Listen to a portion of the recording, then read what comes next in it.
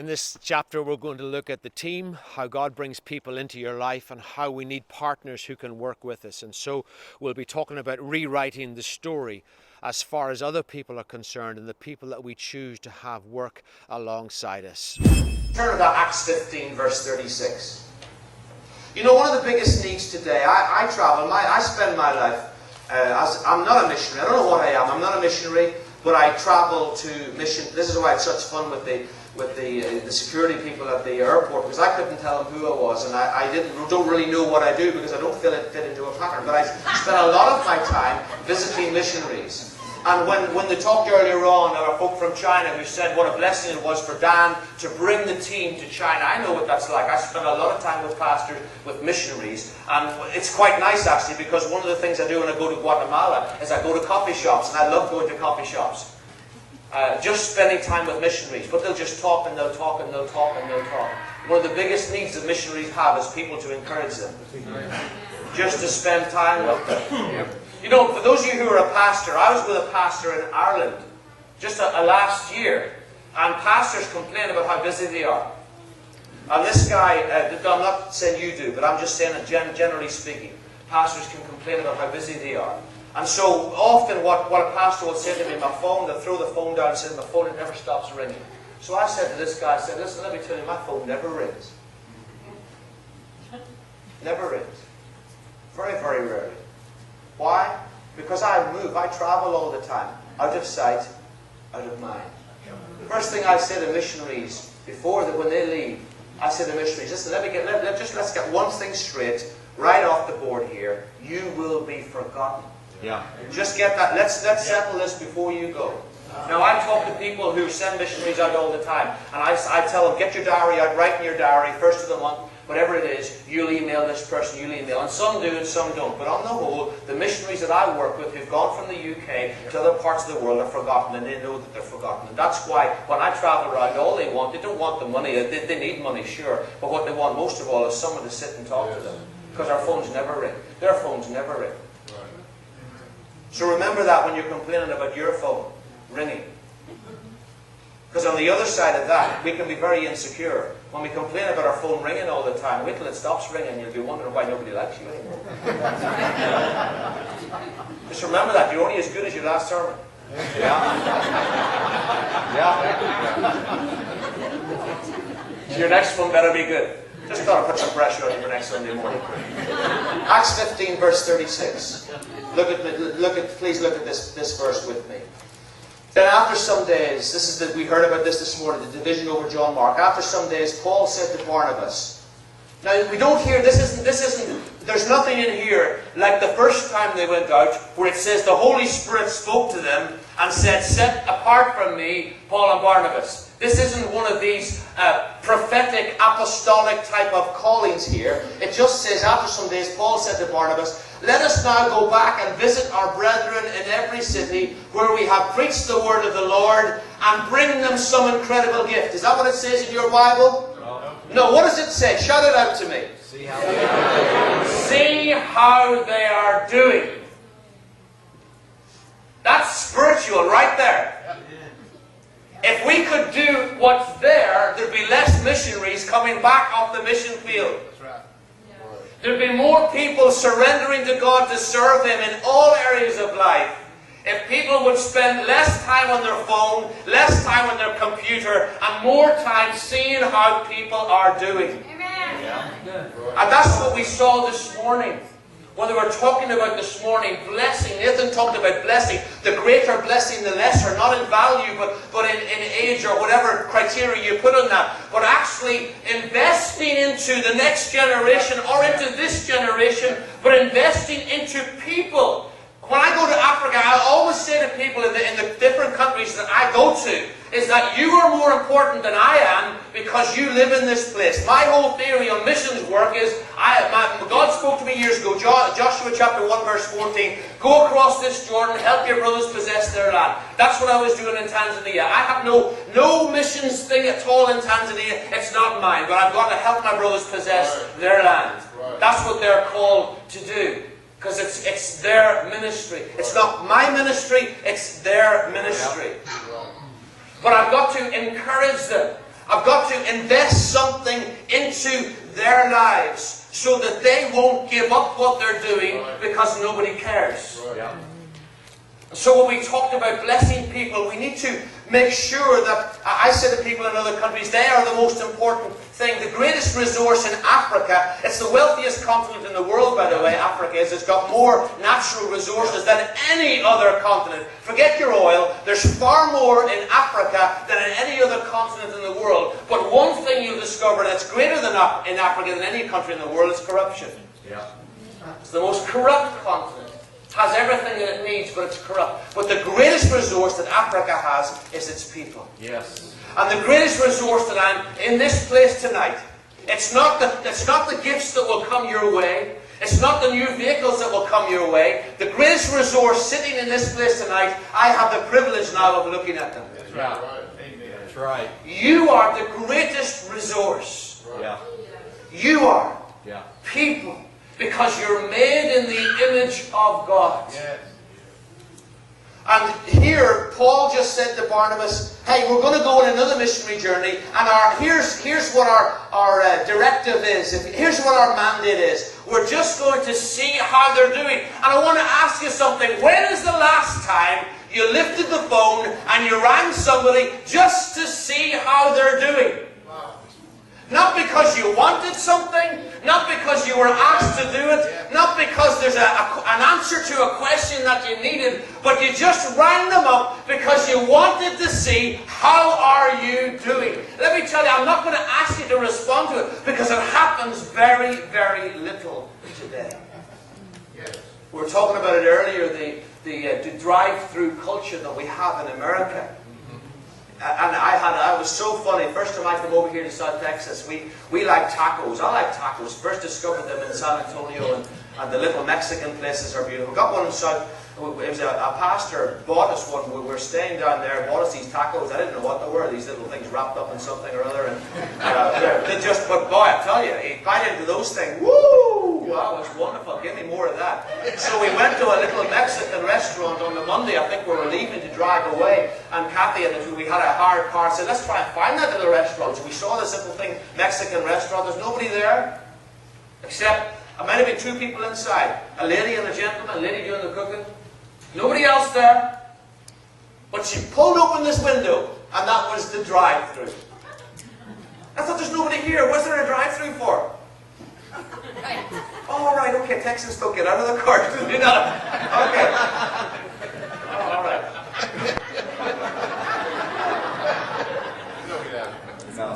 And then when I came over here, first of all, traveling from Alabama, I went to a local bank. I was given a check in a church, and I had to have it changed. So a friend of mine was going to change it through his ministry. So he drove. I'd never seen a drive-through bank before. That was fantastic. We stopped at this thing, and you put the money, sucked it right. And then 2 minutes later, she spat it back at me. Well, I could have played that game all day. This is great. Didn't have to speak to a soul. Drive-through pharmacies. What's that all about? Yeah. Hey, I've broken my leg, sweetheart. Just going to dangle it out.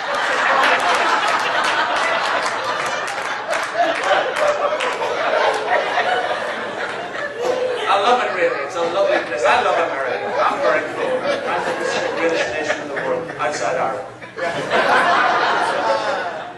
Yeah. But let me tell you, its contact with people has become less and less and less. You go into any Starbucks over in England now, and you won't find anybody talking to anybody. They'll all be on their phone. Yeah. And they'll all be faced. I know it's fun, and I understand that. But let me tell you, communication is getting more difficult. Yeah. Yeah. And I'm discovering that there's needs that we have, and there's things that we have to do. Even in the ministry, there's things we have to do. I want you to question yourself here. Maybe just take a little examination through this week, and ask yourself this week, as you're doing what you're doing during the day, how much of what I'm doing today is because I have to do it? Yeah.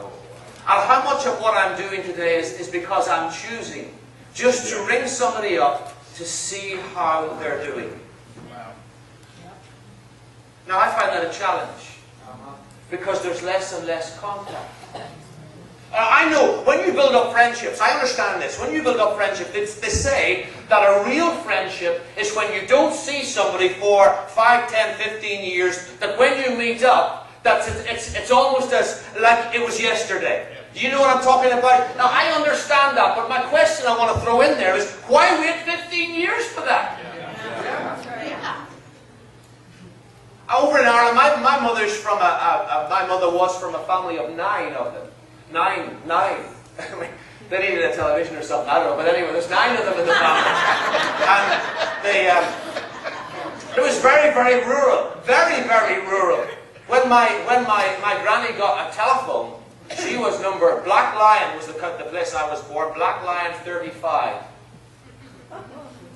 And then when my uncle got a phone 2 years later, it was Black Lion 38. I come from a big place.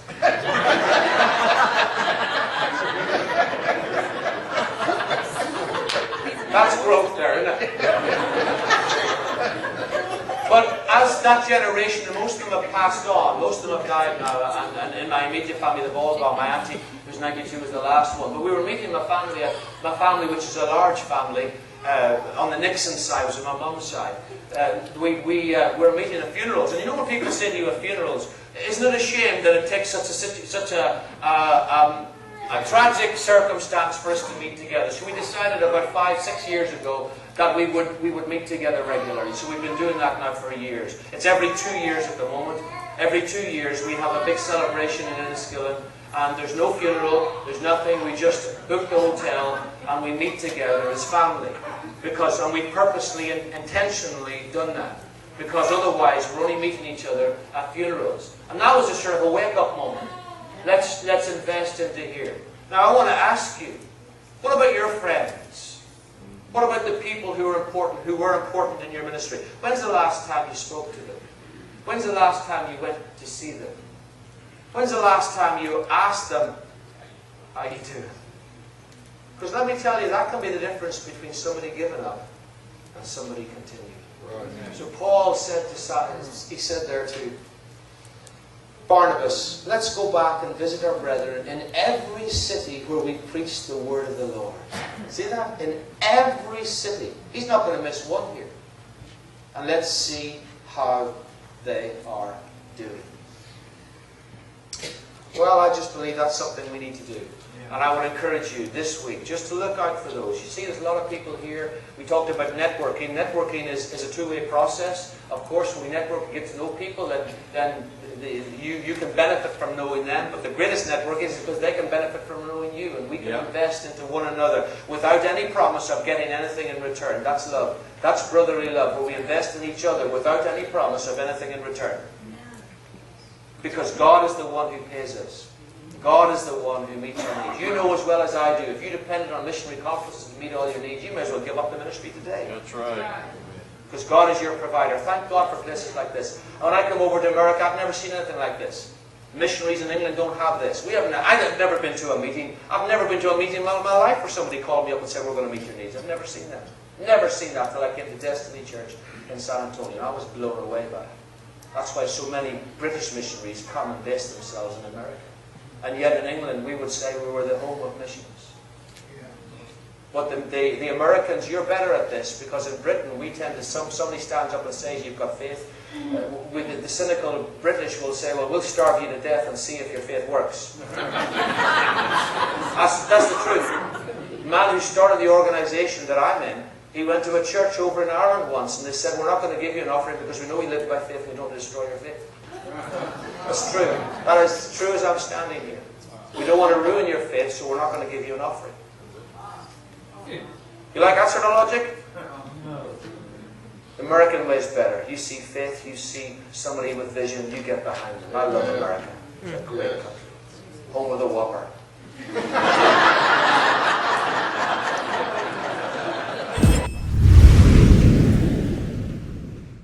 Luke chapter 5, verses 17 to 26.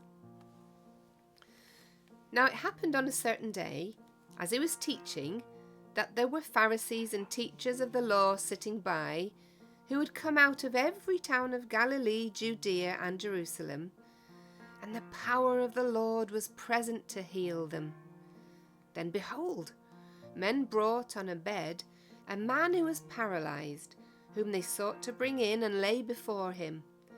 And when they could not find how they might bring him in because of the crowd, they went up on the housetop and let him down with his bed through the tiling into the midst before Jesus. When he saw their faith, he said to him, "Man, your sins are forgiven you." And the scribes and the Pharisees began to reason, saying, "Who is this who speaks blasphemies? Who can forgive sins but God alone?" But when Jesus perceived their thoughts, he answered and said to them, "Why are you reasoning in your hearts? Which is easier, to say, 'Your sins are forgiven you,' or to say, 'Rise up and walk'? But that you may know that the Son of Man has power on earth to forgive sins," he said to the man who was paralyzed, "I say to you, arise, take up your bed, and go to your house." Immediately he rose up before them, took up what he had been lying on, and departed to his own house, glorifying God. And they were all amazed, and they glorified God, and were filled with fear, saying, "We have seen strange things today." Welcome everyone once again. This is our 6th session, and I've called this Rewriting the Story, Rewriting the Team, or Revisiting the Team. And this is a particularly important one if you're like me. You spend a lot of time working on your own. Now, if you're a pastor and you're working with a group of other leaders, or you have a big team around you, then you may not find this as relevant as some will. But there will be some of you who are studying this, who maybe God called you, gave you a vision, and a lot of your time you spend on your own, as I do, because I travel continually. At least when it's not COVID-19, I travel continually. And so I want to talk about the team today, and the importance of the team and the people that you have around you. I work with missionaries who, many of them feel very isolated because they're on their own, and they've been sent out from a church, and the church tries their best, of course, to support them. But on the whole, once people leave their home situation, they can be forgotten, or at least they can feel like they're forgotten. And in our Western world, those of you who are watching in Africa and other places, you haven't lost this, and thank God you haven't, because the community feeling to you is very big. When I go to Ghana, it was the first nation really that I traveled much to, or I go to the Philippines, or go to Guatemala, where a lot of people live outside and their homes aren't as comfortable, let's be honest.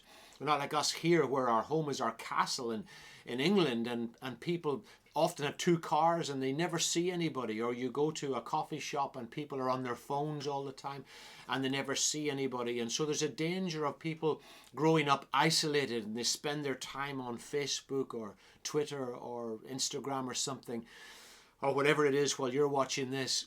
And people can feel very much on their own. And so I'm going to talk a little bit about the team today. The illustration that's on your notes, and please download the notes. We're on number 6, and they're free from the website. Just go to the download section and you can get them there. And this will build up to a little library for you as you do each of the courses. I've quoted on the front of today's notes about Benjamin Davis Jr., who was part of the Tuskegee Airmen. We've watched the film. In fact, we've been to where the airfield was in Alabama as a family, because we're very interested in those sort of the old slavery and the freedom from that, and our family have always been very interested in that. But I read about this guy Benjamin Davis, who he was the first black pilot, a guy who wanted to be a pilot, who went to West Point College, and he says in his book that he got the silent treatment. In other words, when he went for his meals, nobody would sit with him, nobody wanted to talk with him. So he spent his years in that college on his own. Went to classes, went back, didn't eat with anybody, didn't talk with anybody, spent his whole time in college on his own. And I guess that affected him. I mean, they're very, very successful as the Tuskegee Airmen in the war, but they led incredible raids over there in Germany. But others who were with him, who trained at the same time, the testimony is slightly different. There are some that have wondered, why did he spend all his time in his room? So how much of what he did, what he said, I'm not saying he wasn't abused in any way, probably was, but there were some who didn't feel that way about him and couldn't understand why he chose to spend time on his own.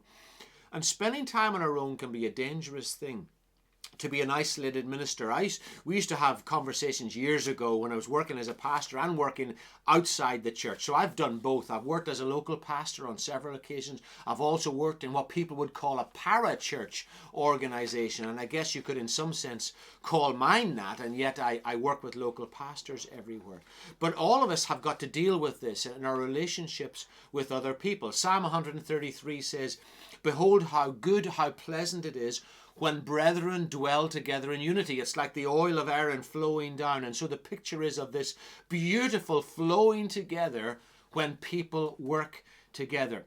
And the verse that I picked out in the message I preached over in Shell Lake in Wisconsin, USA, was that verse in Acts 15:36 where Paul said to Barnabas, "Let's now go back and visit our brethren in every city where we have preached the word of the Lord and see how they are doing."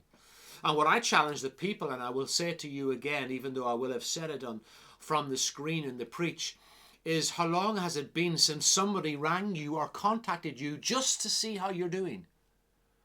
Or turn it around, how long has it been since you contacted somebody?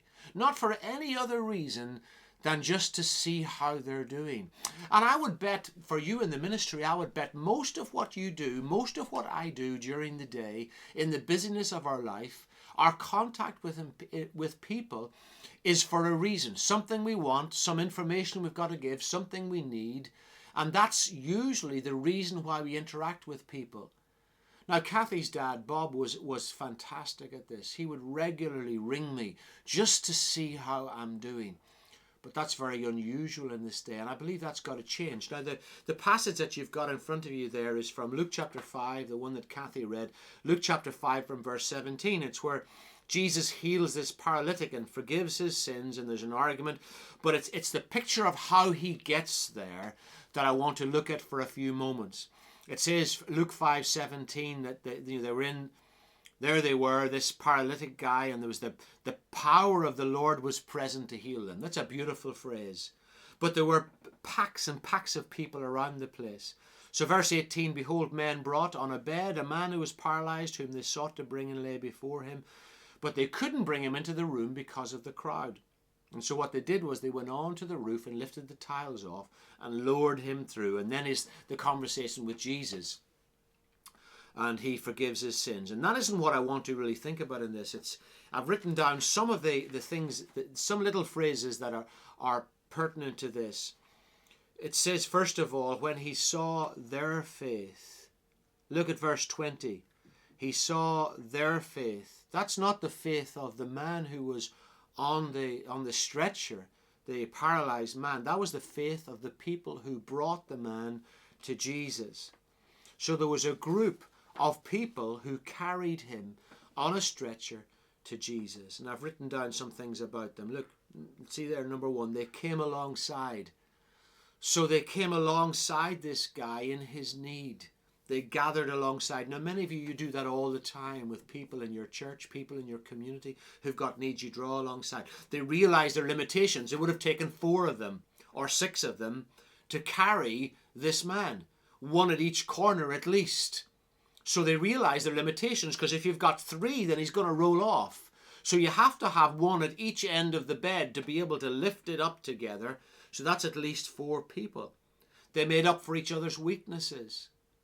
If somebody couldn't carry, I remember, I've had so many experiences of this, as many of you have as well, in taking funerals or going to funerals. In Ireland, where I'm from, everybody goes, or when I was brought up, everybody went to funerals. So if somebody died in your town, people went to the funeral. If a relative died, you went to the funeral. A member of your church died, you went to the funeral. When I came over to England, I discovered nobody comes to a funeral. First time here in North Allerton, I saw a hearse going past with a coffin in the back and only 1 or 2 cars behind. And I thought, wow, did nobody know that man? Was he what's going on? And then I realized that really was the norm over here. Very few people, unless they're very well known, go to funerals. But we always did in Ireland. In fact, people where I was brought up in Black Lion, if somebody died, all the windows were pulled across. You blackened out the windows. If you were walking along the road, you stopped. If a man was wearing a hat, he took his hat off and he stood quietly until the cortege passed. And that was the way that people did that. And so these people, they worked together. And whenever, why I mention that is that whenever I've been to a funeral and I've helped carry the coffin, as I've done on several occasions, I'm not very tall. I remember once where I was with some taller people carrying a coffin, and I hadn't actually got the coffin on my shoulder at all. My hands were like this. The other guys had it on their shoulders, but because they were taller than me, it would have all the weight would have been. But they actually worked harder to help me just hold my hands up and balance it. And that's why I mentioned to you about the cortege, and I've been at so many funerals and watched that happen. Really, you ought to have 4 people the same height, but that isn't always possible because members of the family want to be involved. I wanted to carry my father's coffin. I wanted to carry my mother's and my brother's. I wanted to do that. It was part of my showing respect.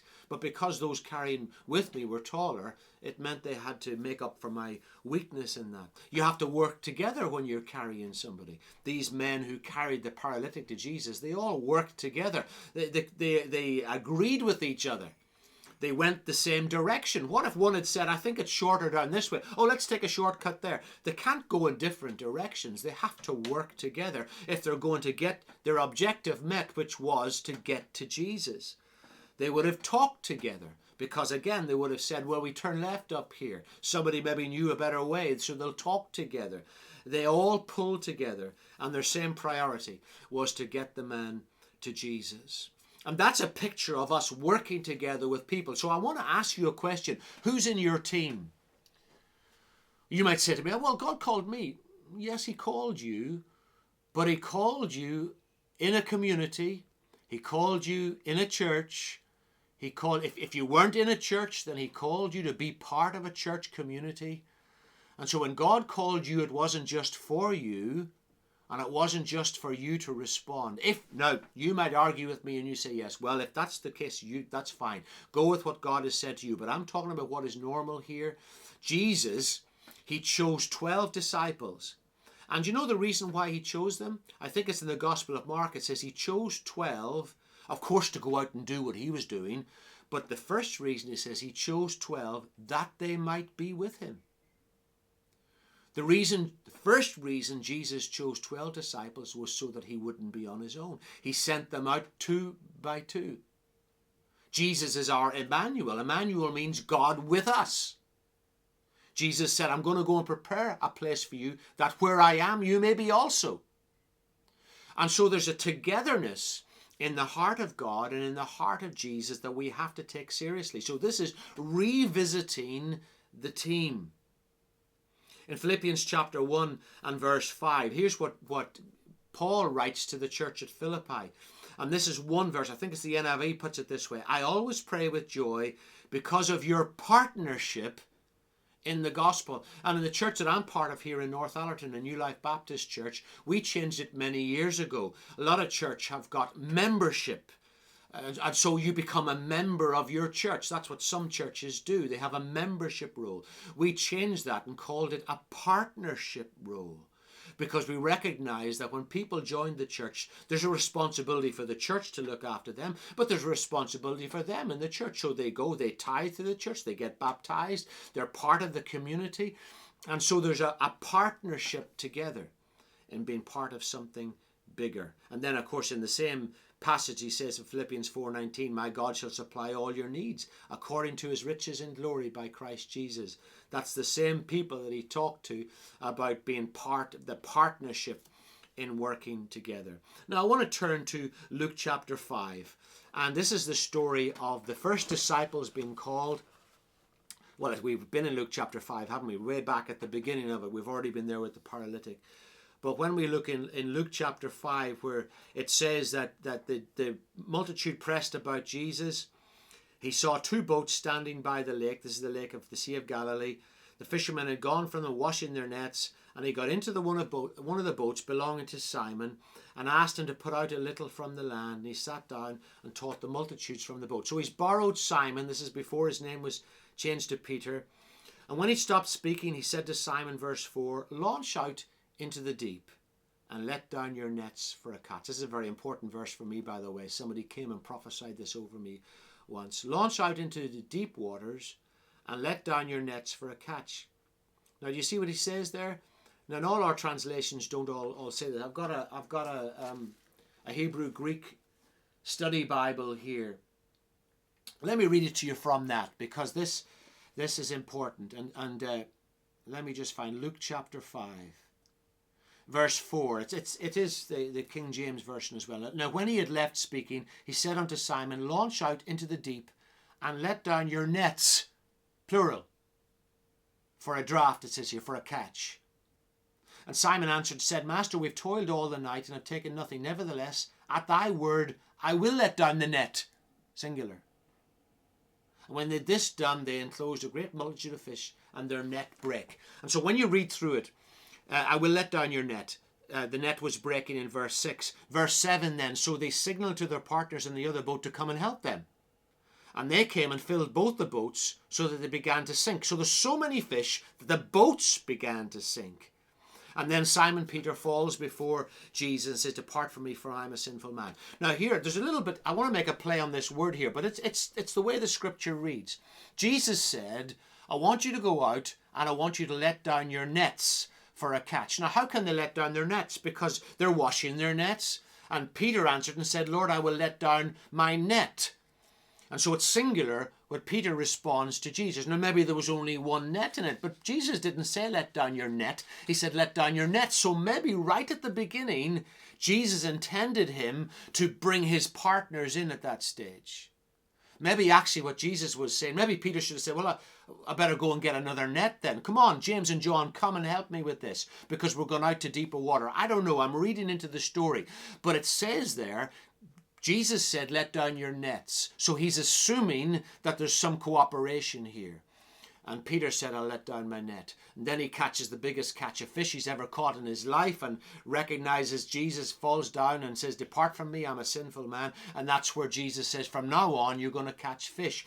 And what he does is he pulls in James and John because the net was breaking, and they include their net, or their nets as well. I don't know how many nets there were at the end, but all of them were filled with fish, so much so that the boats started to sink. Now, those are good-sized boats, but they started to sink. Such was the catch. And Peter realized this is something amazing. I already said to you in a previous session about Peter that Peter had seen the water turned into wine. He'd seen miracles happen through the words that Jesus spoke. So he said, nevertheless, at thy word, at your word, I will let down the net. But he wasn't really obedient in letting down the net when Jesus said, let down the nets. What am I saying there? In the end, he pulled in James and John. So there's Simon and Andrew, James and John. They worked together anyway. They helped each other out on the Sea of Galilee, night after night. They would have grown up together, knew each other well. Lived down there, I guess, in Capernaum, and fished all their lives probably. Probably their dads taught them to fish. And so they knew what working together was like. But in this situation here, Jesus, it looks like he'd already intended him to pull James and John in, but he didn't do it until later on. So what that says for us is this. Listen, God wants you to be successful. He wants you to catch many fish. But he also wants your partners to be successful. But for them to be successful, you've got to include them in your ministry. So maybe it's time in your ministry to rewrite the story, or revisit the story, if you like, as I've put on my notes, revisit it and start to include others in what you're doing. Now that's hard. If you work, maybe you work as a family ministry, maybe you've done it the way you've always done it, and it's harder if you're including other people because there'll be potential arguments, times when you'll fall out. But listen to me, it is worth it. It is worth it. Because God has got a vast job for you to do. When they entered the land of faith, when they came with Joshua from Egypt with Moses out into the wilderness, into the promised land with Joshua, what God did for them in the wilderness was he provided manna each day. And they went out and they got manna. They were sick of that, and then God provided quail, so they ate meat in the evening and coriander seed, it says it was like. This manna, this wafer, honey tasting wafer that they ate every morning, and they got sick of it. But they had to gather enough for their family. Just each day. Then on the sixth day, they gathered enough for the seventh day. And that's all it did. It fed them and their family. But when they went into the land of faith, just before they got in, the manna stopped. Why did the manna stop? Well, the manna stopped because in the land of faith, they were going to live by faith. They were going to sow seed. And they were going to work together and partner with other people. And that seed would then be sown in the soil, and it would multiply. And people would come for shelter under the plants that would grow from the seed that they sow. And so the ministry multiplies. And if we work on our own continually, it will stay the same size that it is. But if we involve others, your ministry will multiply. So maybe for you today, it's time to talk about rewriting the story of the team. So think about that. I'll see you in the next session.